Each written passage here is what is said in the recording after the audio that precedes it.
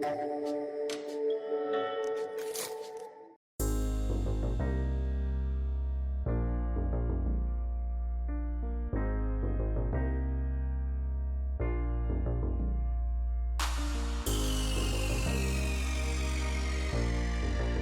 morning, everyone.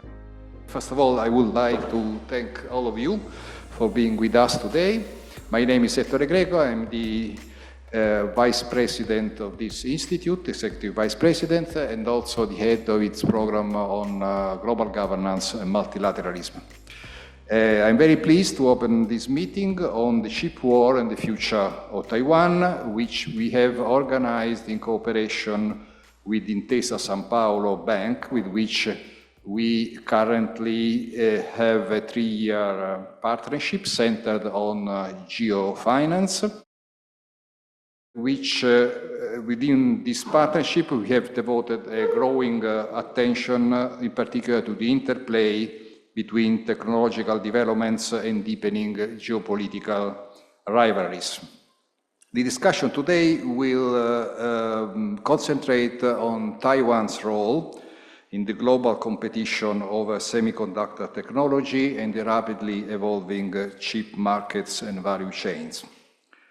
We at TI have already conducted a number of studies on this subject. 3 of them were published this year. In particular within the framework of 2 projects, one funded by the Ministry of Foreign Affairs and the other by the Compagnia di San Paolo Turin. Both projects have focused on the impact of the growing competition over semiconductor technologies on transatlantic relations and the prospect of cooperation across the Atlantic in this field, or at least of common initiatives to mitigate the disruptive effect of such legislative packages as the US Chip Act.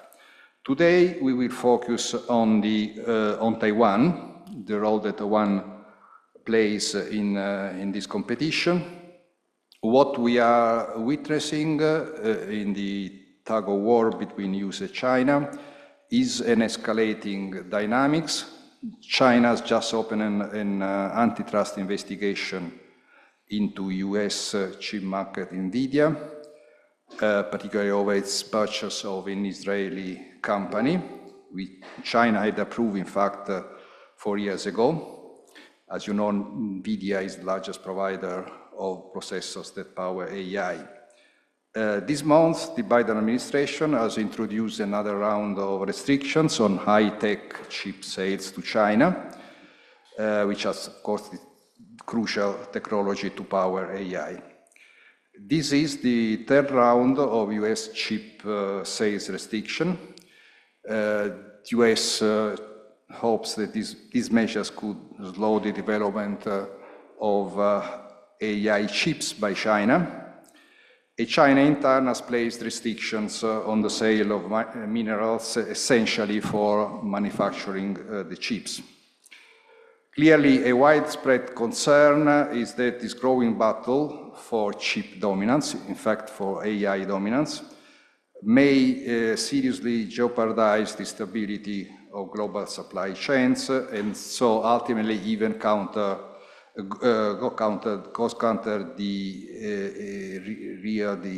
crucial interest of the US and also Europe. In particular, both US and China are trying to bolster their own production for microprocessors at home. One of the purposes of the CHIPS Act of the US, as you know, is to reduce reliance on China and other countries by injecting an enormous amount of money to promote national industry and also foreign investment by foreign direct investment by foreign companies. This is not remaining, of course, without huge effects on global markets. Today, we would like, in particular, to discuss the role, as I said, played by Taiwan in this technology competition between China and US, where, of course, Europe also has very important interest involved, in light of Taiwan's strength in critical technological areas, and more specifically the chip sector. One question we would like to discuss is if the US, but also the EU, diversifying strategies, the search for greater autonomy, could lead to growing isolation of Taiwan, if this results on the reduction on Taiwan's relevance in the semiconductor value chains, or rather, Taiwan will continue to play a significant role in the efforts by US and Europe to acquire a greater strategic autonomy in the tech sector. These issues, of course, cannot be discussed, it goes without saying, without taking into consideration the geopolitical dynamics. Technological competition and geopolitical competition, including competition for hegemony in Asia, are closely interconnected, indeed two sides of the same coin. In introducing the discussion, our panel of experts today will address both political and economic aspects. We have indeed the privilege of having a very qualified panel of experts. So I would like to thank all our three experts for accepting our invitation. The first to speak will be Aurelio Incisa, Senior Researcher in our Global Actors Program, whose research focuses on China's foreign policy and the security dynamics in East Asia, including, in particular, the dispute over the future of Taiwan. He will speak about the latest development in this dispute and how it may develop under the Trump administration. Our second panelist is John Lee. He's director of the consultancy East-West Futures and researcher at the Leiden Asia Center. He's currently a visiting fellow at the National University in Singapore. The focus of his research is on China advanced technology industries. He also co-leads China Semiconductor Observatory funded by the EU. Mr. Li will discuss China's response to US restriction measures and potential future developments and Taiwan's role in this deepening competition.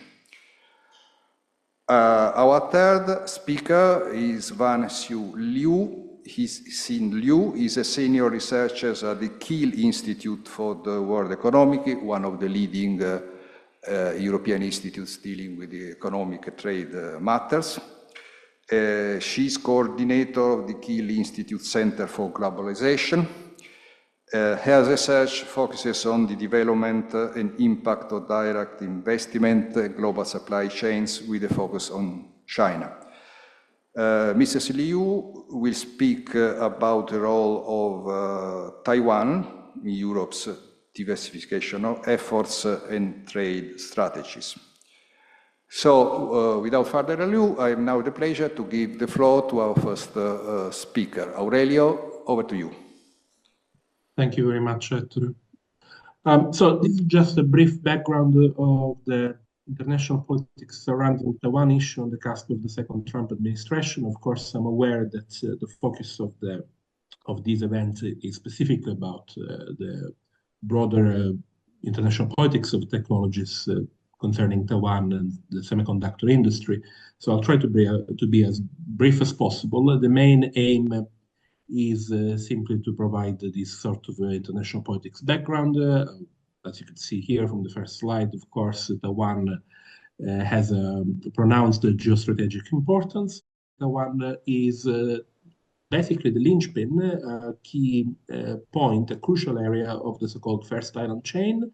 There is an area that stretches from Japan to South Korea to Okinawa, to the Okinawa archipelago, to Taiwan and the Philippines, a geographical area where we have US treaty allies, as well as Taiwan as a sui generis partner of the United States. And the first island chain that fundamentally has the task within American grand strategy to limit China's projection of power, of maritime power in the Pacific Ocean.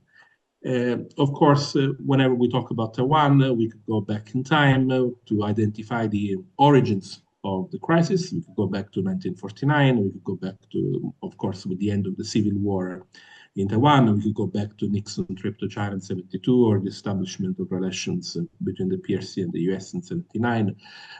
But the key point here to understand, I would say, the current situation specifically, it's not that much the very recent years, but I would actually trace it back to 2016. And I think 2016 is a key year to understand the current situation around Taiwan. Because in 2016, after 8 years of the presidency of Ma Ying-jeou, the then president of the Republic of China of the Kuomintang, the nationalist, Chinese Nationalist Party, the Democratic Party came back to power with a victory both in the legislative elections and presidential elections with then President Tsai Ing-wen. At the time with the victory of the DPP, Beijing requested the new administration to recognize, to acknowledge what it defined as the so-called 1992 consensus. I will not go into details of the consensus. It's very complex. I would just say, and I would expand that in the Q&A, that it's a consensus that did not emerge in 1992, and it's not really a consensus. But essentially, it's a diplomatic and rhetoric instruments that Beijing has created to force the DPP administration to accept, to force Taipei to essentially state that mainland China and Taiwan are both part of the one China. There is an implicit dimension in this consensus, the fact that accepting Taiwan will be they will be accepting that Taiwan will be eventually absorbed into the PRC within the one country, two systems framework, the model used for Hong Kong.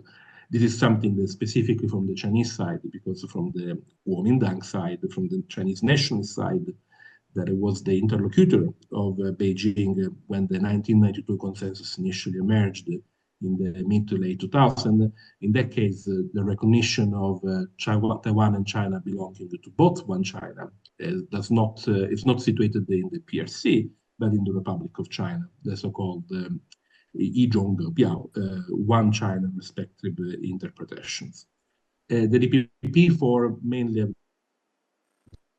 say, especially in reasons for reasons concerned to its own key constituencies, has refused to accept the 1992 consensus, as this led to Chinese pressure campaign, including economic, diplomatic, political, and military pressure. One can argue indeed that this campaign started even before 2016, around the time of the collapse of the trade agreement in 2014, that it was a key component of the economic comprehensive framework agreement signed in 2010 between Beijing and the then KMT-led administration in Taipei. And a framework that, at least from the Chinese perspective, had the aim to pilot, to lead peaceful socioeconomic integration of Taiwan within China. So after, I would say, 8 years of increasing Chinese pressure on the economic, diplomatic, political, and military level, the DPP won once again the presidency for the third time, at this time with the current president, William Lai-ching, but at the same time, for the first time in 8 years, lost the parliamentary majority. Now, going ahead, let's say basically we find ourselves in a situation where, from the level of cross-strait relations, we are at a moment of stasis. There hasn't been any major development in the relations between the Taipei administration, led by DPPs, and Beijing since Tsai Ing-wen refusal to acknowledge the 1992 consensus. And this, as I mentioned earlier, has led to continuing military and diplomatic pressure by China. But this is, of course, it's a triangle. It's not simply a bilateral relation. We need to keep in mind the role of the United States. At the same time, throughout these 8 years, we've been seeing a continuing deepening of the US-Taiwan relations, one that started with the first Trump presidency and continued to improve during the Biden presidency. And here, it's important here to keep in mind the diplomatic and military dimensions of this relation, the relation between Taipei and Washington, that has been characterized, even though this may be a bit controversial point, to what I've defined as a gradual hollowing out of the US own one China policy in response to Chinese pressure. Here it's important to keep in mind, however, the Washington one China policy is not the same one China policy. The main point here remains that, especially around the end of the past decade, it emerged more clearly the preoccupation of a potential Sino-American military conflict over Taiwan. The year 2027 has been often mentioned. It's generally called as the Davidson deadline. Davidson's the former Indo-Pac commander of the United States Army. The main point, however, I would say that it's by now quite clear that the talks about a potential Chinese invasion in 27 are mostly referred to an artificial deadline that has been exploited in a maneuver of strategic communications, I would say, by Washington to raise the alarm on Beijing plans for Taiwan. I would say more precisely that, and I think it's quite clear now, that the Xi Jinping administration aims to have an army that is ready to fight a war for Taiwan by 2027. That does not mean, however, that there is an explicit deadline for the conflict. I would argue indeed that contingencies and opportunities, such as, for example, chaos and disruption in the United States following the second Trump administration, or even heightened political tensions in Taiwan, considering the current tensions within the legislative UN and the attempts of overreach of the Kuomintang as the major party in the Taiwan unicameral parliament, or even potentially a major disaster. So essentially contingencies and potential opportunities that have not been unplanned, but they're not been planned, but they emerge rather than timetables to lead China to a potential coercive takeover of Taiwan. And I would argue also that I would say that there is a consensus in arguing that a blockade of the island is more likely than an immediate attempt to an amphibious invasion of the island during the extremely difficult oppression. But in this meantime, as I mentioned, we experienced, Taiwan has experienced for 8 years strong Chinese pressure. I would argue the Chinese strategy since 2016 has led to the gradual erosion of the so-called rules of the game that emerged during the Cold War, in particular, and especially also during the 1990s and 2000s. So prior to 2016, with few exceptions that have been there, China, for example, avoided the military exercises and patrols within the air defense identification zone claimed by Taiwan, and also across the so-called median line of the Taiwan Strait. And I would argue that these restraints implicitly recognize the degree of maritime and air security, I wouldn't say sovereignty, but maritime and air security to Taiwan. This status quo is essentially frayed following, I would argue, three peaks, three moments of intensification. The first one occurred around the time of the 2020 elections that also coincide with the protests in Hong Kong and the repression of the protests in Hong Kong that had a profound impact, electoral impact in Taiwan, and has fundamentally allowed Tsai Ing-wen to win elections after being behind in all the polls throughout most of 2019. The second intensification, I would argue the most important, occurred in 2022 in the aftermath of the visit of then US Speaker of the House of Representatives, Nancy Pelosi. In July 2022, Pelosi goes to Taipei. In a few days later, in August, we have major military operations by the Republic of China surrounding Taiwan. The third intensification, maybe without a peak, I would argue, but still a sustained pressure really emerges with the beginning of the Lai presidency. And a plethora of terms been used by both Taiwanese state actors, including the army, and also Western media to describe this type of strategy. Originally, we used the term gray zone operations. That is a term that actually emerged in American and Japanese security environments around the Chinese operations in the East China Sea in the past decade, but has then been used often about Taiwan. A more recent term that has been used, especially by Taiwanese actors, has been thermocognitive warfare. That is a term that actually has emerged within the PLA. And finally, in a recent Financial Times interview, a major official of the of the Republic of China Army, as mentioned, the current strategy, so-called Anaconda strategy, the idea of slow suffocation of Taiwan capacities. The results of this strategy have been maybe I would argue, I put it a little bit too strongly in the slides, the exhaustion of the Taiwanese armed force of the Republic of China armed force. To be more precise, rather than exhaustion, is rising, I would say, to be more precise, rising of the cost of countering these patrolling operations by China, because this has a cost for and stretches thin the capabilities of the Republic of China Army. De facto control of the air and sea space around Taiwan, not the one specifically of the Republic of China, so not about the territorial waters or the airspace, but the air and sea space around Taiwan. And with it, I would say, an erosion of what is de facto Taiwanese sovereignty, more from a psychological perspective, I would say, especially. And of course, this has an impact on the military preparedness for potential invasion, but especially in the case of a quarantine of the island by China. So in other words, the PLAs become more and more prepared appears to be more and more prepared for a quarantine of the island. It also created a sort of obfuscation to the extent that the scale of current operations makes it more difficult to identify the start of a Chinese invasion or even of a quarantine of the island. And finally, as I mentioned earlier, when I talked about the erosion of the de facto Taiwanese sovereignty, to be phrased better, it's important here to consider a certain psychological dimension in the military strategy of Taiwan.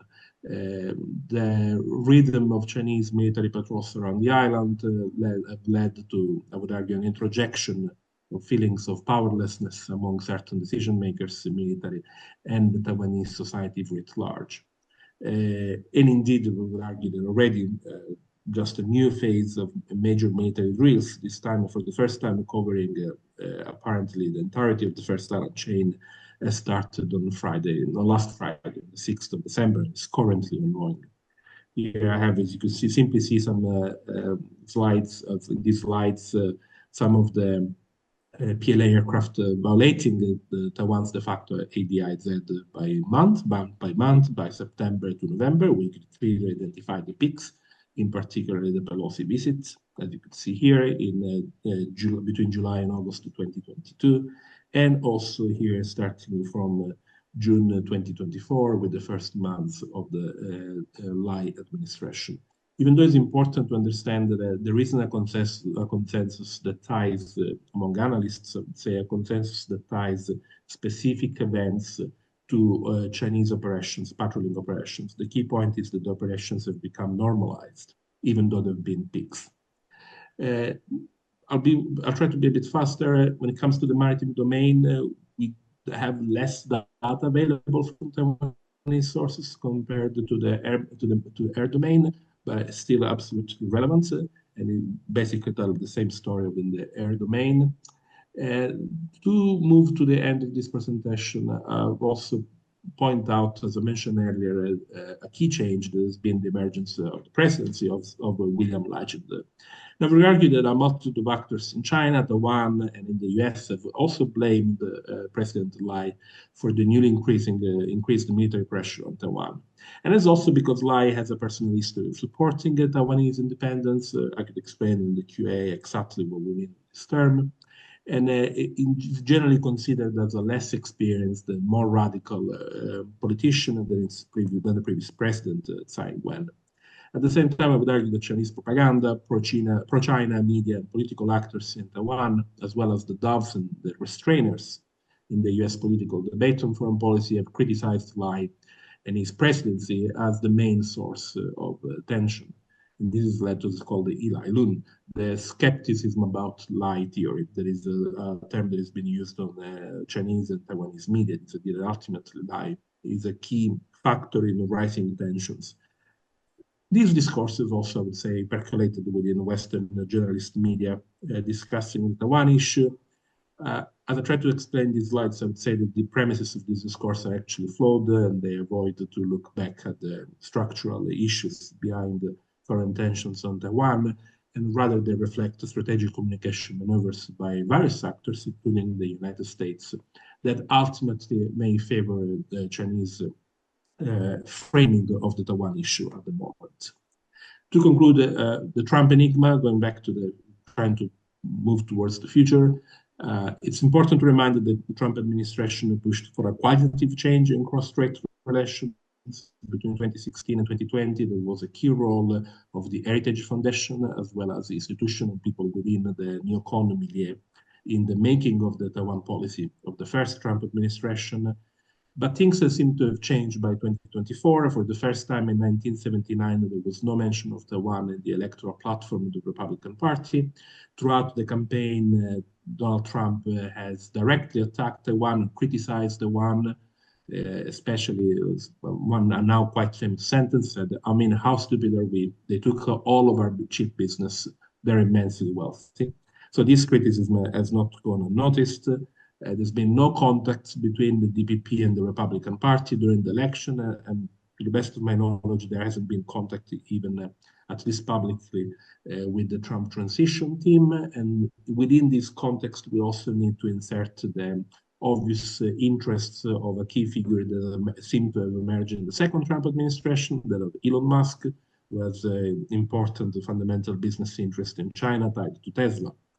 And one should remember that Trump has a penchant, at least in the previous administration, to conclude a deal with China using Taiwan as a bargaining chip. That was the original design of the Trump administration that failed between 2016 and 2017. Given the unpredictability of Trump, one can argue that he could try again, even though I don't think that he would receive a different response from Beijing.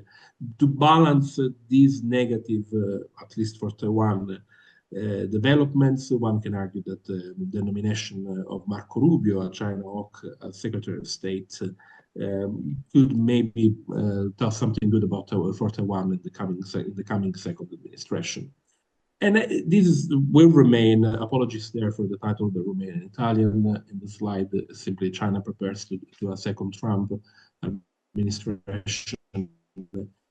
Important to keep in mind that the last meeting between President Biden and President Xi, General Secretary Xi, there was the APEC summit in Peru last November. She explicitly articulated the four deadlines: the Taiwan question, democracy and human rights question, China's patent system, and China's development rights.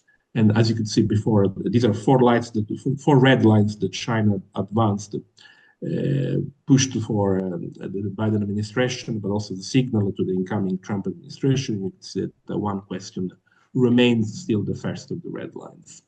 Now, ultimately, to conclude the very last slide, what can then trigger the Taiwan flashpoint for a conflict? One reason could be an independence push by the Lai administration, and I think this is highly unlikely. The only reason would be an actual coercive maneuver by China that would push the Lai administration to push for independence. But I would like to emphasize that it's highly unlikely. A Chinese coercive action, there may be possibly a quarantine, rather, attempt to quarantine, a maritime blockade rather than an amphibious takeover of the island. This, I would say, is unlikely in the short term, but we need to keep an eye also on the domestic economic situation in China, potentially stability. May lead to a typical rally around the flag approach and maybe push for military adventurism. There's a kind of a banal argument, but we should still keep it in mind. And finally, we should also be careful of escalation triggered by an air or sea military incident between the PLA, apologies there, ELP is the acronym in Italian. So escalation triggered by an air or sea military incident between the PLA and Taiwanese forces. It is possible in the short term, but maybe even probable in the medium term, as these military tensions and drills continue. Thank you very much.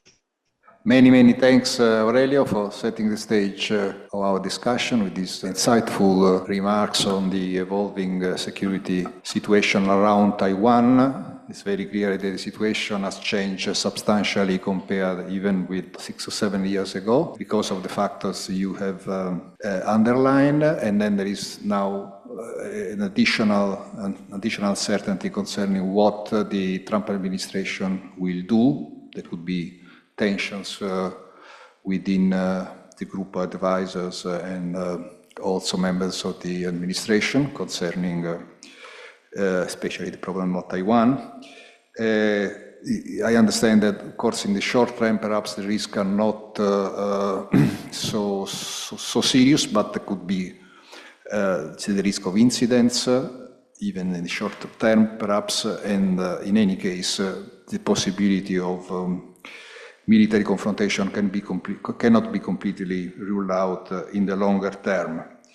I would like to invite all the online participants to take advantage of the chat function to write their questions or comments at any moment. They can do that so that we can then take them into consideration. I would, of course, ask the panelists to respond to them. Now I have the pleasure to give the floor to John Lee. Please, John, you have the floor. Thank you very much, and also to everyone who's giving up their time to join this webinar. I will focus my remarks on Taiwan since that's the subject of today's event, but perhaps since the issue of China's semiconductor industry and of the US controls update last week and the Chinese response has been raised, I will deal with that briefly first. So some present may know that I've written extensively on the Chinese semiconductor ecosystem. I'm very happy to drop some links in the chat to some of those reports. It is a very complex topic, but if I had to sum it up in a few sentences, I would say that China had a fast follower strategy, like many developing economies, just on a bigger scale, to catch up in this very complex and diverse supply chain. That has basically been compromised by the US controls starting, in fact, from the first Trump administration. So from 2018, 2019, as some will recall, Huawei was already being targeted. And of course, Taiwanese firms were a big part of that because, as everyone knows, they provide the leading edge fabrication services, or they are the dominant vendors. So Huawei's loss of access to the ability to make its advanced chips from TSMC, via TSMC and other Taiwanese actors, if you like, was the first salvo in the so-called chip wars. So that is going back now more than half a decade. Since then, of course, you've had a major escalation under the Biden administration, particularly from October 2022, when the first raft of controls that targeted the whole Chinese semiconductor industry was brought in. And the update that you had last week is simply expanding on that framework. The idea, and that's stated in the policy reasons given by the Biden administration, and I don't expect it to change under the Trump administration too, is to stop China catching up, particularly in advanced applications of artificial intelligence. But the nature of the supply chain is that it is difficult to be so precise in your targeting. So the net effect is effectively to retard the development of the entire Chinese chip industry. And chips, of course, are inputs into a whole range of other industries. So you are effectively stunting the growth of the entire Chinese economy. That's certainly how it looks from Beijing's viewpoint. And that has been the situation that the Chinese industry has been confronted with. And so, unsurprisingly, they have doubled down on so-called self-reliance, on import substitution, but within certain boundaries, because it is simply too difficult and complex an industry for even an economy with China's size and resources to substitute everything, certainly within a short period of time. In the Q&A, we can get into more specific topics like advanced lithography systems. Obviously, that's of great interest to European policymakers in particular. But if I just give a quick summary of what happened last week. As I mentioned, you had an update to the US export controls. Essentially, what that's done is, with a view in particular to chip making equipment, which again is, of course, very relevant to Taiwan's role in the supply chain, you've had an expansion of the scope of products that are targeted by US controls. You've had an expanded number of Chinese companies which are individually targeted by placing them on the entity list as basically companies that you cannot do business with without the US government's permission, at risk of being penalized under US law. And there's been an expansion of the so-called long-arm jurisdiction, so the extraterritorial application of these US rules, meaning specifically that this expanded range of equipment types are now subject to US jurisdiction, even if they're made in other countries. if there is any US content at all in the manufacturing facility from which they come from. This is the so-called expansion of the zero de minimis rule, where there doesn't need to be a certain percentage threshold. If there is any connection at all to the US supply chain in the manufacturing facility, all of its products are considered subject to US law, even if the factory is in the Netherlands or in Taiwan, for that matter. There are carve-outs for US allies and partners such as the Netherlands and Japan and others, which have harmonized their national regulations with the US controls, or which have apparently promised to do so in the near future. But there are also a significant number of entities which have not received such carve-outs from this expanded scope, in particular of extraterritorial application of the US rules. And as we'll come to, actually, Taiwan is in that group that have not received the carve-outs. Now, China's retaliation, very quickly, as I mentioned, the Chinese industry has basically been, and by industry, I mean the overall system, so including the political authorities, which are obviously heavily involved in China in guiding the development, not always helpfully, of their domestic sectors. There has been a doubling down on import substitution, on self-reliance, but what I think we are seeing now, especially from last week, is the gloves coming off in terms of retaliation. And again, this audience is probably quite familiar with the dominance of China in the refining and processing segments of the various critical mineral supply chains, including those that are required for various things in the semiconductor supply chain. You've seen, I think, this last week, as I said, the gloves coming off. Obviously, the Chinese have fired warning shots with some of their own export control regulations in this asymmetrical sense. So not obviously retaliating in terms of equipment controls for making chips, for example. I mean, they are lower down the food chain on that, which is why they are the subject of the US controls. But what they do have is the asymmetrical advantage in terms of the dominance, as I said, of Chinese industry in especially the refining and processing, also to some degree, the mining of the critical minerals that are needed, not just for chips, but for a whole range of things, various defense applications, electric vehicle batteries, and so on. I think, again, this audience is quite familiar.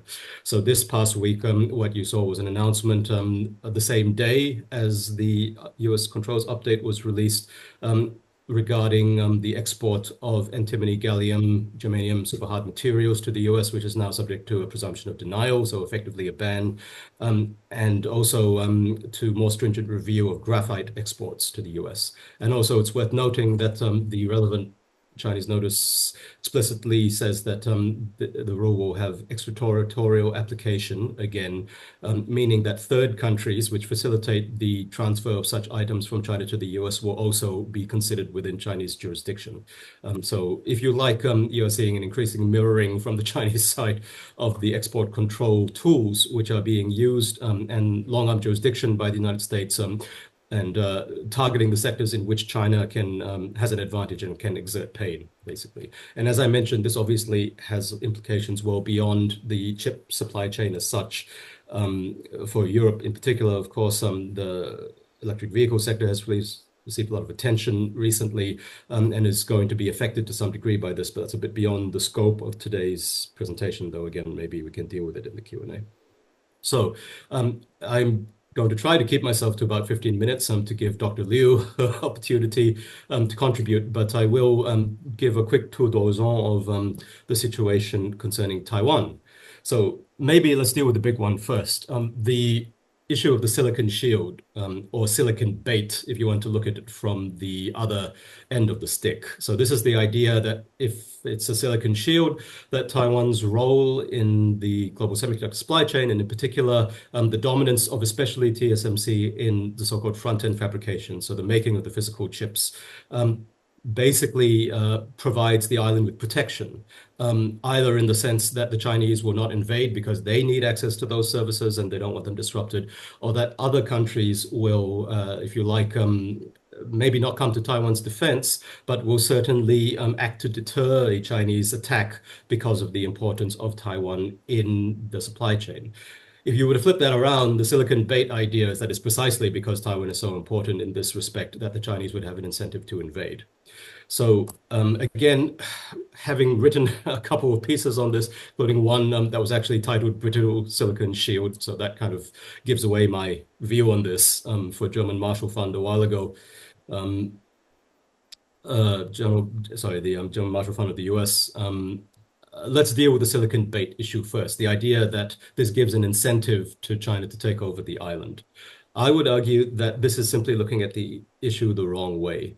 Firstly, Taiwan, as Aurelio has walked us through extensively, is fundamentally a political issue, the status of Taiwan from Beijing's viewpoint. It is not an economic issue. So to start with, the idea that economic and technology supply chain considerations would be top of mind for the Chinese leadership when they are taking such a drastic decision as to take a use of armed force, whether that's in the form of a blockade or perhaps a full-scale invasion against Taiwan, I think is just to misread entirely how the Chinese leadership views this. It is already a high risk enough enterprise that the only reason they would do it is because they say no political alternative. It's not a cost-benefit analysis in terms of, let's say, the semiconductor industry. But even if you look at the semiconductor industry in its own terms, that's just not how the supply chain works. China does not gain control of TSMC and everything that TSMC does in the global industry today by conquering Taiwan. I mean, we can go into detail about this, but let's just suffice it to say that even if all of TSMC's facilities were to come through, and of course TSMC is one of many Taiwanese companies which are important in the global industry, even if they were all to come through whatever military conflict we're discussing completely unscathed, with all of their personnel still there on the island, working and happy to continue business as normal. TSMC operates, as does basically every company in the semiconductor industry, as part of a globalized supply chain that's dependent on both suppliers and customers in other countries to do what it does. I mean, we can give specific examples. One that I like to use is that during the pandemic, for instance, when obviously everything was locked down, TSMC was still engaged in close R&D cooperation with entities like IMEC in Belgium for prototyping of their processors using advanced augmented reality techniques and other processes. That gives you an idea of the level of integration and of the need for continued interaction with many players in other jurisdictions for TSMC to be able to continue its job. And as we'll get to momentarily, the fact that the Taiwanese companies are so careful in complying with US export control regulations shows the degree to which they depend not just on US customers, but on US suppliers and are exposed to the reach of the political as well as legal process in the US in terms of how they interact with Chinese customers, or let's say with Chinese occupiers in the case of, let's say, a successful Chinese conquest of Taiwan. The industry simply does not operate in a way that would allow China to simply grab everything on the island and then continue business as usual. So I think it is to be quite frank about it, a red herring to say that this is an incentive for China to initiate some kind of drastic action against Taiwan, even if you leave out what I mentioned before about this being essentially a political decision. And then Aurelio has also talked about the domestic politics in Taiwan. There are many other levers that the Chinese can pull to promote their interests without going, if you like, to the nuclear option. You use that as a metaphor, not as a literal nuclear option, though that's always on the table when we talk about a potential war in the Taiwan Strait, when it comes to resolving the status of Taiwan. And the semiconductor industry, although it is obviously very important, is simply not a factor, I would argue, in those critical decisions. Now, if we talk about Taiwan's role in the expanding US chip blockade on China. So as I've mentioned, obviously Taiwan represents a critical choke point in that TSMC, UMC and other Chinese firms at the front-end fabrication segment of the supply chain are basically indispensable in a global sense. I mean, particularly TSMC. So obviously that presents a choke point that can be targeted if you want to deny China access to the ability to make their own advanced chips, because it was believed that they simply lack the capacity. And the fact that you have seen continued advances in Chinese fab capacity at the front end, so the infamous ability of Huawei, for example, to continue releasing new smartphone models with chipsets that appear to have been fabricated at, let's just drop in some of the terminology, sub 14 nanometer nodes. So an advanced fabrication process that is supposed to be denied to them by export controls that prevent, among others, TSMC and Taiwanese firms from making the chips for them. This has created the political pressure in Washington to continue expanding the controls. Everyone's heard the phrase small yard, high fence. I've argued for a long time that the nature of the industry is so complex and the difficulty of enforcing so-called targeted controls is so great that you will see a continuous expansion in the size of the yard and a continuous raising in the height of the fence. And increasing US pressure on third parties, in particular allies like the Netherlands or Japan or Taiwan, to raise their own fences in the interest of denying the Chinese access to these advanced technologies. The reporting that, again, many here would be aware of about TSMC, again, as a result of tech analysis firm doing a teardown of a recent Huawei chip and finding what appeared to be TSMC fab products in it, again, at nodes that are supposed to be restricted for Huawei's access. The reporting about TSMC now and Samsung also, the leading Korean fabrication provider, having ramped up, if you like, their verification processes for Chinese clients is all coming in this context. I mean, the specific things that they are now asking Chinese clients to prove they are not doing do map quite closely, at least in some respects, onto the new US controls that were issued on Monday, or the update to the controls. So, for example, the use of so-called advanced packaging methods of high bandwidth memory and other things, which are, again, newly targeted by the US controls because of the perceived need to restrict Chinese progress on a broader and broader technological front. Again,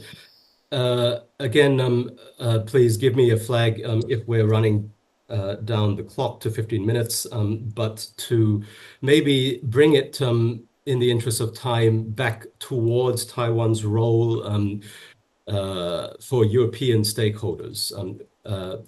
So to maybe just round out the last bit regarding Taiwan's role in the global supply chain, its position vis-a-vis China. Obviously, too, Taiwan competes, and its companies specifically compete in a global industry where their competitors, by and large, are in the so-called like-minded community. So they compete against Korean, American, Japanese, European firms more than they do against Chinese firms historically, which are more customers rather than competitors. And that obviously creates challenges as well in terms of the concern on the part of Taiwanese politicians and industry that, of course, the more pressure that there is, for example, to relocate production to Europe or to the United States, especially of advanced processes, the more that they are effectively building up potential competitors. Now, that's obviously a risk in China as well. But again, the Chinese have historically been lower down the supply chain, though, again, the pressure to import substitute that's been created by the escalated US controls over the last half decade means that they're actually catching up quite fast in some areas. But Taiwan really is in, if you like, between a rock and a hard place in this situation, even before you consider the dependence on the United States as its security guarantor in the purely military domain of the island status in the event of an armed conflict with China. But again, perhaps we can deal with that more in the Q&A. Coming finally to Taiwan in Europe, I imagine that Dr. Liu will probably focus more of her remarks on this. I will just highlight here a few of what seem to me to be the salient points.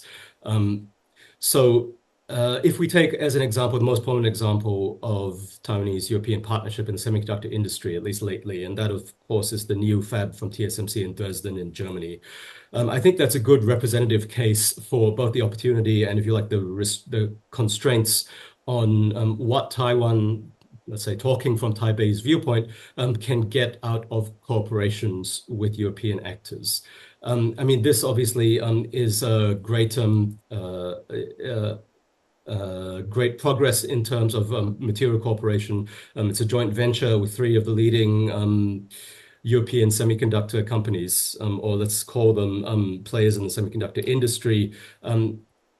It is producing chips mainly to serve the automotive sector. So again, bringing it back to that key industry, electric vehicles in Europe, again, an issue of great tension with the Chinese at the present point in time. But again, I think that highlights also, if you like, the links back to China and the reality that this is not a question of substituting, if you like, cooperation and opportunity with Taiwanese actors for Chinese ones. Because again, the automotive sector and EVs in particular is an area where the importance of Chinese, meaning mainland Chinese firms, is really difficult to get away from at the moment. And those three companies, which are in partnership with TSMC for that facility, are themselves, as basically all of the European companies in semiconductor supply chain, I would argue, heavily exposed to China. Some of them, their CEOs have recently made the point about the indispensability of mainland China as a market and as a technology partner, and also announced significant new business partnerships with Chinese foundries and other actors in the semiconductor supply chain. So I think this illustrates quite well that it's not an either-or question for European actors, and I'm talking about the governments as well as industry here. They will be very happy to cooperate, obviously, with Taiwanese industry leaders like TSMC, but they are not looking at that as an alternative to mainland China. So from a Taiwanese viewpoint, and maybe on the political side is also worth highlighting, and again, some of you may have read commentary on this, that even in countries in Eastern Europe, East Central Europe, where there's been a perception, I think, in the commentary that at least the current governments have been more favorable to Taiwan and more hostile to Beijing, and are expressing that in terms of seeking cooperation with Taiwanese actors in R&D and other things in the semiconductor supply chain. There again, there have been some signs recently that the politics may shift quite quickly. And there again, the number of things that mainland China can offer now in terms of industry, cooperation, and economics is quite a significant counterweight. So maybe to wrap it up, in terms of what it looks like from a Taiwanese viewpoint, I would say that it is, again, not a question of seeking to build an alternative supply chain from China in which Taiwanese actors, if you like, decoupled from their exposure to mainland China and can rely on their partnerships with, if you like, countries within the US allied or like-minded community. The reality is that because of its role in so many of these industries of the future, I mean, again, people know about EVs and the role of Chinese firms in the supply of many renewable technologies, etc., advanced manufacturing. China's role in the global economy, and that goes in Europe as much as in Taiwan's own neighborhood of East and Southeast Asia, and basically everywhere in the world, I would argue, except possibly for the United States. China's role in the global economy is getting larger, not smaller. And its level of integration in these industries of the future and if you like, the industrial infrastructure that underpins them, including the semiconductor supply chain, despite the various pressures for political pressures for decoupling, China's role is getting, as I said, more integrated and more salient in many ways. And that's the reality that Taiwanese actors have to deal with. They would be best positioned if they do what they're doing now, which is to offer their services as the best actors in class, or at least, as the desired partners for companies like the major semiconductor and auto players in Europe, which of course will be very glad to work with them. But if the idea is that there is going to be some larger political project to decouple from China and these critical technologies led from Washington or elsewhere, which is going to provide Taiwan with an out, if you like, from its exposure or the situation of codependence with the mainland, even in this very specific context, the semiconductor supply chain. I think that is a chimera, really. It is a pipe dream, which is not going to be realized for all kinds of real-world obstacles, which we can, again, delve into a bit more in the Q&A. And from the European viewpoint, again, I can talk to that a bit more later, but I would argue that there is very clearly, even if you allow for divergence of views within Europe, a great deal of daylight and increasingly so from the viewpoint from Washington regarding the degree of decoupling or even de-risking from China, and certainly what that means in practical terms, in terms of actual passing of legislation or political pressure on companies to make different choices. But I think at this point I've talked long enough, and I should really hand over to Dr. Liu. Many thanks, Mr. Lee, for shedding light, especially on this tit-for-tat competition and its development between US and China, but even more for clarifying that, of course, there could not be a substantial incentive for China, and it's not a key factor. The control on Taiwan industrial capacity and tech capacities for an incentive for acting forcefully against the island. That's, of course, a point that sometimes emerge from, as you said, in some analysis and need to be excluded because it's not a real factor. But in addition to that, of course, you gave us a lot of very important details on the dynamics of supply chains, which also clarify many points, including the difficulty in pursuing decoupling strategies and the role that, in any case, China will continue to play. You spoke about the Europe role and the implications and impact on Europe. This will be, I think, the main focus of the presentation by the last speaker. Dr. Liu, please, you have the floor. Thank you, Dr. Greco, for the introduction, and thank you so much for inviting me. I hope that it's always very challenging to be the last speaker, because the other two speakers already provided so valuable insights from their own knowledge and from their own research. So I hope that I can provide you still some additional key stylized facts that would help us better clarify whether the European Union is decoupling from Taiwan in the semiconductor sector. And if there will be this kind of EU-Taiwan decoupling, what would that mean for the European technological and economic development? And what would be the consequences could a European diversification strategy have on Taiwan's geopolitical status? So the global semiconductors value chain, this is actually one of the most globally organized value chain in the world.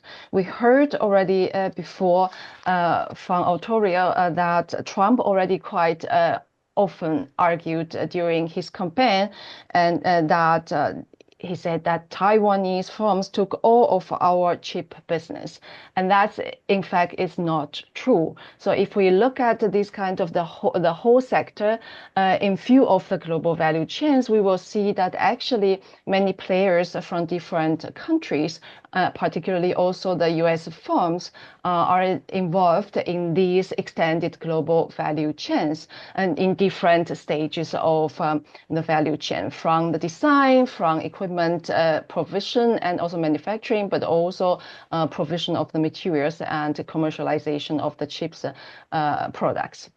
But even if we just look at the three critical parts of the supply chain, namely the design, equipment, and manufacturing parts, we can see that there are still a number of firms in different countries are involved in these key tasks of the supply chain.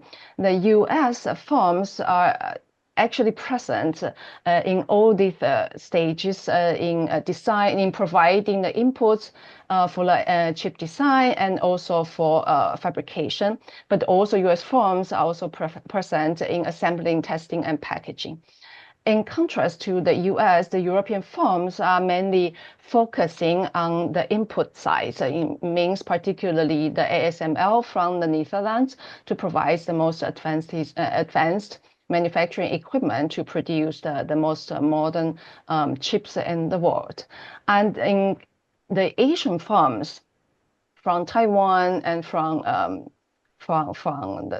South Korea and also from Singapore mainly focuses on the manufacturing parts. So they're producing the wafers and they cut the wafers into chips and assemble, test, and packaging these kind of products, and later also to integrate these products, chips into the electronics products for the world market. So here is Taiwan's role in the most important role in the whole supply chain. And the most prominent example is the TSMC. We already heard several times in the last two presentations. The TSMC is the most prominent Taiwanese player in the global semiconductor value chain. It accounted for more than 60% of market share of the global chip manufacturing, and actually more than 90% market share of advanced global chip manufacturing. And TSMC is the second largest semiconductor company in the world. So as you can see here in the figure 3, so behind NVIDIA. So nowadays, the largest chip company in the world. So one would say that, okay, TSMC is the second largest one. Why TSMC is still such a prominent case when we talked about the resilience of supply chain in the chip sector? It's because that TSMC is the main advanced chip producer for, namely, the largest chip company in the world, NVIDIA. And NVIDIA is the second largest company worldwide. And NVIDIA's GPUs are used in supercomputers for Microsoft, and these are used for training, for example, ChatGPT and the other AI applications. So, and then you might ask, where is the largest company in the world, namely the Apple? Apple is also the most important customer for TSMC. Now, I think that with this figure, you can see why we all talked about TSMC, why we think that TSMC plays a quite essential role in the chip manufacturing currently in the world. So now when we want to talk about whether the European Union or Europe is actually decoupling from Taiwan in the chip industry, it's very important then just to take the TSMC as an example. So in figure 5, you can see the net revenue of TSMC by region. So, and you can see here, there is this blue part is for Europe, Middle East, and Africa. There is no further disaggregated statistic provided by TSMC. But still, you can see here that but Europe plays a quite important role in this segment. And you can see that the size of revenue that the TSMC made with its customers in this region increased actually over time, but decreased a little bit in 2024 compared to 2023 if we just look at the first 3 quarters.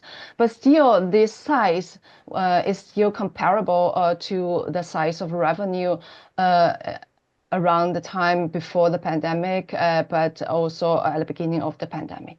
But what's more interesting is also to see that although the demand increased generally over time, in 2024, it seems to be weaker compared to the other regions in the world, and therefore you see the share of this region is decreasing of the net revenue of TSMC in 2024. A similar picture can also be seen when we look at Taiwan's chip exports as a whole to the EU only. So the left figure is to look at Europe, Middle East, but also Africa. But here we see the EU from the statistics. And then, but the same, we see actually a comparable picture that generally the size of chips exports to the EU in 2024 comparable to the size before the pandemic, but the share is actually somehow decreasing, signaling a little bit weaker demand increase in European Union compared to the customers from the other regions in the world. So, but now if we think that there is no really sign for EU's decoupling from Taiwan in semiconductor sector, but if indeed the EU would like to do that, that be possible? Then we need to see that currently the European firms are particularly important and play a quite critical role in, let's say, this part of the task along the supply chain, namely to provide quite modern, advanced manufacturing equipment, as I said before, from the ASML to produce the AI chips. So, but if we look at the other tasks along the value chain, the share of the EU, the market share of the EU is much smaller than, for example, for the case in Taiwan. So, and this is particularly the case when we talked about producing wafers, and particularly when we talked about to assemble and test and package these chips. It means that if indeed there would be a kind of wish in the European policy to decouple from Taiwan or to build a localized Taiwan independent chip value chain, it would be a quite great challenge. And it will be very, very costly. And here are some estimates from the Boston Consulting Group and Semiconductor Industry Association. They show that if Europe would like to build a kind of localized chip supply chain to satisfy its own need for chips based on, they used the 2019 demand on chips as a base for this calculation. And we know that nowadays the need for chips actually is growing. Then we can see that here they already estimate at that time it's about 316 billion US dollar will be needed. A great part of that will be needed for the upfront investment, and then the annual cost of about 60 billion US dollar every year to make it possible. And just for comparison, the EU Chips Act, it talks about 43 billion euro until 2030 to help European firms to improve its capacity and to play a more important role in this chip supply chain. So it's not a really realistic picture to see that, okay, with this policy support, the Europe can develop this kind of localized chip supply chain in the future. So it will be really costly. And it's not only the case that it will be a great challenge and it will be costly. It's also because that Taiwan's strength in chip sector is not only TSMC. As you can see, TSMC is just here, but Taiwan has a quite extended chip industrial chain from the IP design, chip design, but also for chip manufacturing equipment and also different manufacturing materials, but also quite big capacity in assembling, testing, and packaging. So, and beyond the chip supply chain, these chips that produce are also used in producing electronic products. And here, Taiwan has also quite extended ICT industrial chains. So if the EU and European policy would go for decoupling from Taiwan in semiconductor sector, and even go for, let's say, decoupling from chips, Taiwanese chips used in this kind of electronics products, that will be a far-reaching impact on European technological and economic development. Why? Because that if now the products need to be produced by the European firms along in Europe, the prices will be very likely higher than the chips that could be directly bought from the Taiwanese producers, and also because then probably a lot of money, also public subsidies will be needed to make it to some extent possible. It means that the money would also there will be also a lack of money for the other policy areas.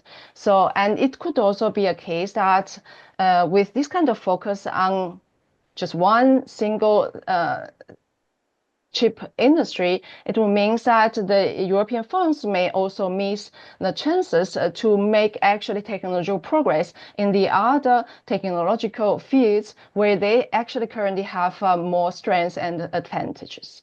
And more, in addition to that, one also need to see if they would have this, if in Europe there will be this kind of localized chip supply chain, would that be really more secure for the European industry and for European demand? Not really, because if there will be a kind of a region-specific shocks to Europe, then the lack of this kind of possibility to source this kind of chips from reliable partners from the other countries in the world will make it difficult for the European firms to really cover this kind of sudden shortage when there is this kind of region-specific shock.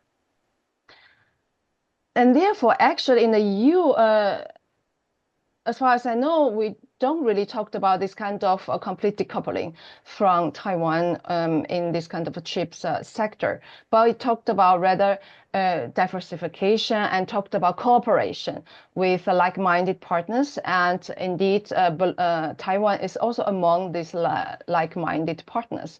And one of the key project here is namely this ESMC in Dresden, in Germany, and invested by TSMC and the other 3 European firms from Bosch, Infineon from Germany, and NXP from Netherlands, and with indeed 5 billion euro subsidy from the German government.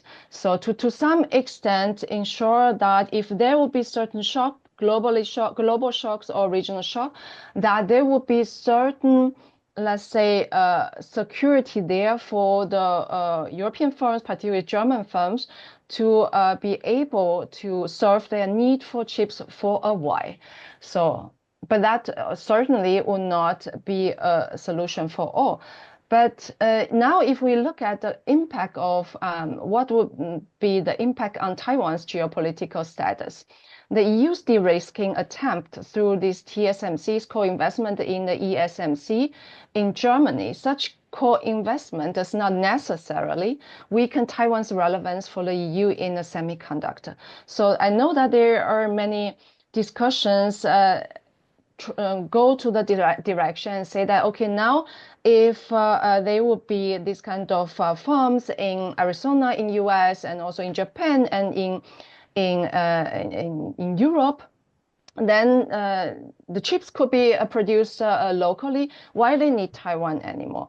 And this kind of argument is actually not correct, because it depends actually on how the ESMC at the end will be operated in Germany and how the business linkages and interactions between the ESMC and TSMC in Taiwan and also other ICT companies in Taiwan will be further developed.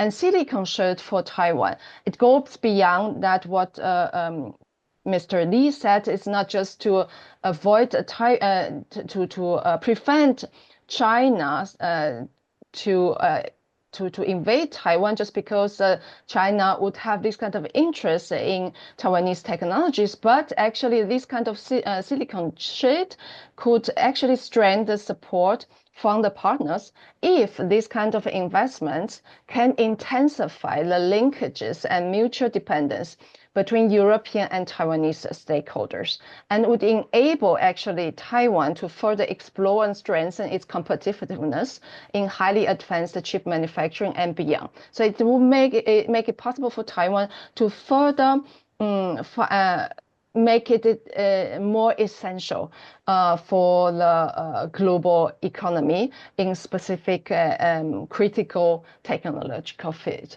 But what's rather a risk for Taiwan's geopolitical status is actually a diversification strategy that further avoids bilateral or regional trade agreements involving Taiwan, and thus intentionally or unintentionally weakens Taiwan's integration in the global semiconductor and ICT production networks in the future. So in this case, Taiwan's technological economy potential will be lost to the world to some extent in the future. And that would actually, if Taiwanese firms cannot produce the products to the other companies in the countries outside China, this would only increase the economic dependence of Taiwan on China, because then they would try to serve the Chinese companies even more than before. So, and that would be in favor of China's technological catch-up and its competitiveness in technological military race with the West in the long term.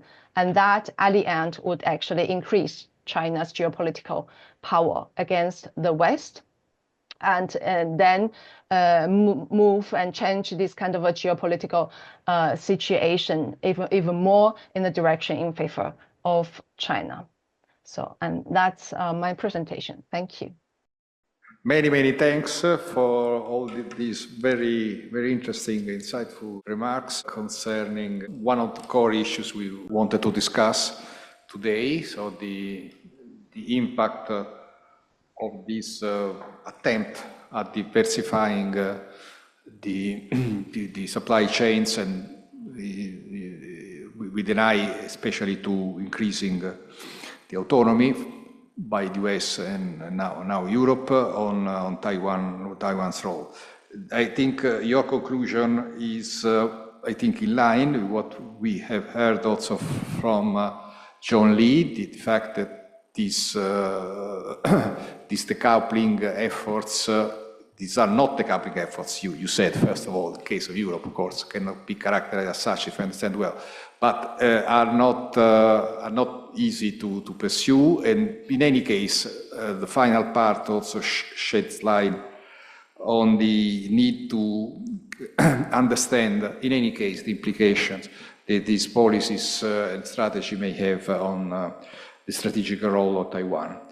Now we have a problem because we have just 5 minutes left, but we can prolong a little bit for a couple more minutes. And I will first ask those around the table if they have comments or questions. I have already some questions from the online participants, and I will invite all of them, in any case, to use the chat to write comments and questions, and then I will, of course, read them and then ask these panelists to answer. Please. Good morning. I just read in the press that Google unveiled Willow, which is a new quantum chip with extraordinary results. And this morning also the BBC gave this important news. So I have a question for Dr. Liu. She spoke about the European strategy, and we understood that the European strategy will involve Taiwan in co-investments in Europe, in Germany in particular. My question is if she could give us highlights concerning the American strategy. I mean, also the Americans are going to co-invest with TSMC in the United States, or they have a different strategy? Thanks. Please. So thank you for the very insightful presentations. And my questions, very briefly, is to have some ideas about how President Trump could change the CHIPS Act and US policy against regarding, yes, the supply chain. Because very briefly, I think that a decoupling from Taiwan is not possible, and also the investments that TSMC has been is doing right now, and will do in the next few years in the US, in Japan, in many other countries, also in Europe, are not really to decouple, because the cutting edge technology is still produced and researched in Taiwan. So this is actually not making Taiwan less important. Thank you. Many thanks. Are there other questions or comments, please? Yeah, thank you very much for your presentations. It was really interesting. My question would be directed more to Mr. Lee, and is what is the perspective by the Taiwanese government and also the Taiwanese companies on these trade restrictions that the US has put on China? Do they believe that they could harm their business? Are they in favor of that? So if you could please expand a bit on this. Thank you. Okay, let me just read the other two questions coming from the same online participants. The first part of the first question has already been answered, which relates the obstacles for decoupling, etc. But the second part is perhaps more interesting, even crucial. So what role should the EU play in this dynamic? Okay, enforcement of decoupling or an obstacle for it.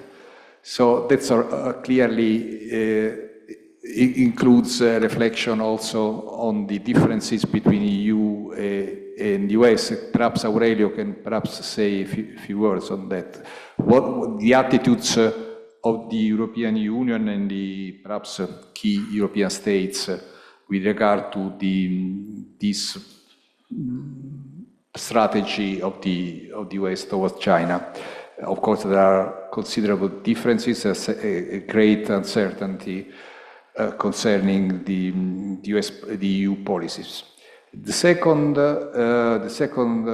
question is: we saw under the Chips and Science Act, the US was successful in bringing in a considerable TSC investment into a facility in Arizona. The EU Chips Act failed to bring in a high-end fab. What are Americans doing that the EU is not? So I suggest to just follow the reverse order. I'll give the floor to Dr. Liu, please. So regarding real-world obstacles for decoupling and what role the EU should play up in this dynamic, I think, again, I use an example here. One of the leading European semiconductor firms is STMicroelectronics, which, of course, is building a large facility in Italy, in Catania. They are making silicon carbide chips there, which are power management chips, basically, especially for use in the electric vehicle sector. So this is an example of a company which is right on the, if you like, fault lines of these issues. Their CEO recently made some comments, which I referenced, about China and the new partnership they have there to make more chips in China. And they are also making silicon carbide chips in partnership with a Chinese firm in China. That was announced last year and got some buzz because, again, it seems to be quite flowing against the political tide towards or the pressure towards de-risking from China. But instead, you see this firm and many others, not just European ones, actually doubling down on increasing their exposure and their investments to China. And their CEO, as I said, gave very clear reasons for this. He said for electric vehicles, China is the most important market. It's the largest market, maybe not the fastest growing, although those faster growing markets are now also developing countries, which are closely linked to China. We'll get to that on another occasion, maybe. And the most innovative market. So specifically, he said that they need to be in there to compete and to defend their market share, but also to learn the best practices at the coalface, like where the industry is developing fastest, and then bring those to foreign markets. They need to learn in China in order to be competitive elsewhere. So from the company's viewpoint, in many cases, like all of the pressure on the incentives are to do more business with China, not less, whether that is actually in China or in partnership with Chinese companies elsewhere. So that is the fundamental problem for de-risking. And to be quite honest, like I haven't seen many good solutions proposed for this yet. I mean, usually it comes down to, well, we have to build an alternative supply chain. as we've gotten into today, that's quite a complex and expensive business. I mean, the BCG graphic, which Dr. Liu showed, is one that is often cited as an estimate for this. I would be interested to know whether when they made those calculations, they take into account things like the availability of skilled labor or the capacity of existing equipment suppliers to equip new fabs to make chips, because I suspect that a lot of those big numbers are calculated based on, let's say, building so many new front-end factories to make chips. But you still need equipment to go into those factories. Just like the front-end fab market is very concentrated, where you only have a few players, at least at the cutting edge. Likewise, for many other segments in the semiconductor supply chain, equipment, chemicals, software design tools, etc., you have actually very few firms which can do this now. Like, the industry has concentrated because of high barriers to entry, the increasing expense with the technical complexity, etc. So there are many other bottlenecks besides money. And I think you are seeing that, if I segue to the next question from Mr. De regarding why the US has been more successful than the EU in bringing more fabs onshore, if you like. I would actually just dispute the premise there. I don't think that the US is, on the face of it, more successful with its reshoring exercise, taking the supply chain as a whole, than the EU is necessarily. You have to remember, again, that, as Dr. Liu mentioned, it is a very specialized division of labor across the globe for this industry. So there's a reason why front-end fabrication has concentrated in Taiwan, why manufacturing more generally, including the so-called lower value add back-end elements, has moved to Asia, whereas, you now see chip design concentrated in the US, to some extent in Taiwan, and Europe again does different things, which is reflected in that big new TSMC joint venture, ESMC, sorry. As was pointed out, they focus on the auto sector. And although it's not a leading edge fab, it is still advanced technology. I mean, there's no primitive technology in the chip sector, but you're talking about sub 28 nanometer nodes, just to give a reference point. And the European partners in that project, so Infineon, NXP, and Bosch, are technology leaders in their fields. Even if you talk about something like advanced memory, so HBM, which was targeted, as mentioned, in the new US controls released Monday. One of the key technologies in that suite, if you like, was developed by Bosch, so-called TSV through Silicon Vias, by one of the German companies, which is a partner in that area. So, these European companies, they are still actually technological leaders in their fields. It just isn't front-end fabrication, the very sexy node shrinkage, so-called, like making, cramming so many more billions of transistors onto a tiny space of silicon, right? That's only one element of the supply chain. And like, whether you attract a fab to your jurisdiction, that's really helpful, depends on what your companies do. One reason why TSMC has set up its advanced fabs, in like relatively advanced, because they keep the most advanced stuff at home in Taiwan, in Arizona and not in Europe, is because like companies like Apple, American customers, which are putting pressure on them to do this, as well as the US government, need chips made at those most cutting edge nodes for the latest processor and the latest iPhone. But the European companies don't need that. So obviously you get a different type of fab, which is set up in Europe. That's not necessarily wrong. But again, I would maybe just round it out by saying that there's one money is only one aspect of the problem. You also have many other things that you need to think about, like availability of skilled labor and so on. The verbal question, just quickly, could you please remind me of what the thrust of that was? I think it was about the Taiwanese government's interests in what specifically? I'm sorry, it was about de-risking from China, if I recall. Yes, that was the issue. Yeah. Okay. I think I won't add a lot to what I said when I was wrapping up my presentation. Taiwan does not have an easy out here just by, if you like, running to the US allied community and saying, we can build an alternative supply chain which doesn't involve Chinese firms. And, we can put up the fence, the Chinese will wither, on the vine behind the export control wall, and all of Taiwanese industries' needs will be met by doing business only with the US allied community. I mean, we could have a long discussion on that, but I just don't think that's how the industry works. So therefore, as I said, Taiwanese players will just have to get used to a more high-risk environment. I think the question also went to export controls from the US and the attitude in Taiwan to that. So again, just quickly, Like Taiwanese companies have been dealing with this, as I said, for more than half a decade now, going back to the restrictions that targeted Huawei as a single company under the first Trump administration. So, TSMC and the others, they appear to have quite rigorous vetting processes, even more rigorous after the news from the last few weeks. Like they do their best to comply, right? But the reality is that because it's a globalized industry that feeds into so many other industries in which China has a bigger and bigger role, it is impossible for Taiwanese firms to completely sanitize themselves or provide create a firewall between them and the mainland when it comes to the semiconductor industry. That's just not practical. So they just have to learn to manage a high degree of risk that is coming from the US export controls. I mean, I won't get into the issue of, which is basically the justification given for the US measures of advancing Chinese military capabilities with AI. I've also written, a long report on this for a European stakeholder, which is available on the internet if people want to look for it, Defense AI in China. Let's suffice it to say that I am pretty skeptical, as I think many people are, that you see really transformative applications of AI in the military sphere in the near future. So the idea that this is an imminent threat for Taiwan, that you have, armies of Chinese Terminator drones or whatever coming across the strait, if we don't cut off the Chinese chip sector at the knees within the next 5 or 10 years, to me, it is quite unlikely. This is much more about, the potential medium to long-term implications and about right now the economic competition and market disruption, if you like, that is coming from the Chinese industry. And there, again, Taiwanese players are just going to have to learn to, if you like, square the circle, because that's what everyone else is being presented with as a dilemma.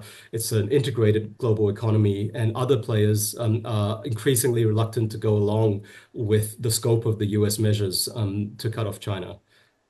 So let's address those 3 questions. Many, many thanks. Now, Dr. Liu, please. Thank you. I would just try to respond to the questions about the American strategy and the European strategy and what are the differences. So I don't talk about the effectiveness, but just say that what the difference between the 2 strategies. Quite simple to say is that American strategy aims to keep China behind the US. It's a competition with China. So the goal there is to ensure first that China will not catch up in this kind of critical technological field and to threaten the technological frontier position of the United States in this field. And second, the American strategy is to ensure that if something happened in Taiwan, that the need on the demand on chips in the US can still be satisfied for a longer while. So it means that it would like to have also this kind of factories in Arizona to produce really these kind of highly advanced chips. So, and the case in Europe is different. The European strategy is not to compete with China. It's not to keep China behind Europe technologically, because currently European firms is actually leading, particularly in this manufacturing equipment task, but not the other part. So it's not the Europeans' aim to really keep China second, but rather to use this European strategy to ensure that there will be no this kind of too severe supply shortage of chips for their industrial needs, particularly from the point of view of Germany for the car industry. And that's actually the reason why there is this kind of cooperation from TSMC and Bosch, Infineon, and NXP in Dresden. And what would happen now in Trump's administration, if we follow the thoughts of Trump, this kind of American first, it's very likely that Trump would also ask this kind of downstream suppliers of the chips industry also move to the US. So to ensure that it's not an investment that would strengthen the vertical integration, vertical linkages between the factories in US and Taiwan, but to move actually a whole part of these kind of production activities to the US to be sure that there will be a kind of independent activities between these two countries to ensure that if something happened really there on the Taiwan Strait, that America will not be that dramatically threatened. So, and that's the strategy the US have. And also in the Trump's time, it would put more pressure also upon the Taiwanese firms, particularly Taiwanese company, to push the firms in Taiwan, from Taiwan to move also there. But then we come to the economy question. So this kind of assembly, testing and packaging activity are very labor intensive, and actually you cannot really make a lot of money out of it. But if the labor force in the US is actually much more expensive than in Asia, so then it would also drive up the prices. And it's the question at the end, the political question, which companies would really like to go there and what kind of subsidies they would receive to ensure a certain profits for having this kind of factory in the US. So we need to, when we discuss this kind of question, we need to distinguish what the politics would like to have, but it does not mean that the strategies will really work well as politics expect. Thank you. Thanks a lot. Aurelio? I think that it's important to distinguish between the EU as an actor and then the nation states, the EU nation states. And I think that the key actors to understand this dynamic of response to potential alignment, I would say, with American push for the risking or the coupling are the EU member states itself, and specifically G7 member states plus the Netherlands.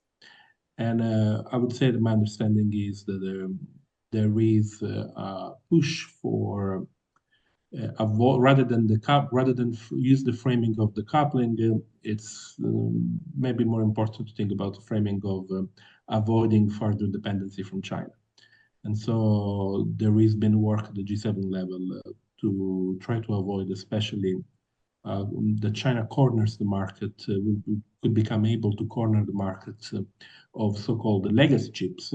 There are chips above the 28 nanometers node that they are not as fancy or sexy as the legacy chips produced, as the logic chips produced by TSMC, but are still relevant also for their immediate emitter applications. They're the chips that are used, for example, in the war in Ukraine. You may not remember about the way in which Russia at the beginning of the war was able to obtain through unexpected sources, sometimes even old video games, the necessary chips for fighting. And so it's important to both think about the single nation states rather than the EU as an actor, and to then again avoiding a monolithic view of the semiconductor industry, but instead thinking about what sector is relevant, what sector we're talking about, and what are the possible options.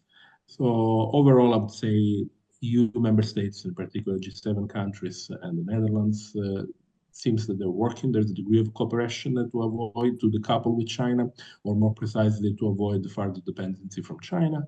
And this is specifically focused on, as mentioned earlier, on the so-called logic chips, the low end, legacy chips, the low end of the production that is still, in fact, quite relevant. I hope I answered the question. Many thanks, Aurelio. May I ask you to join for an applause, at least here. I think could be heard. So again, thanks all of you for being with us today, and there will be, of course, other opportunity to discuss both the situation in East Asia and also this chip war, or how we can call it. Bye-bye.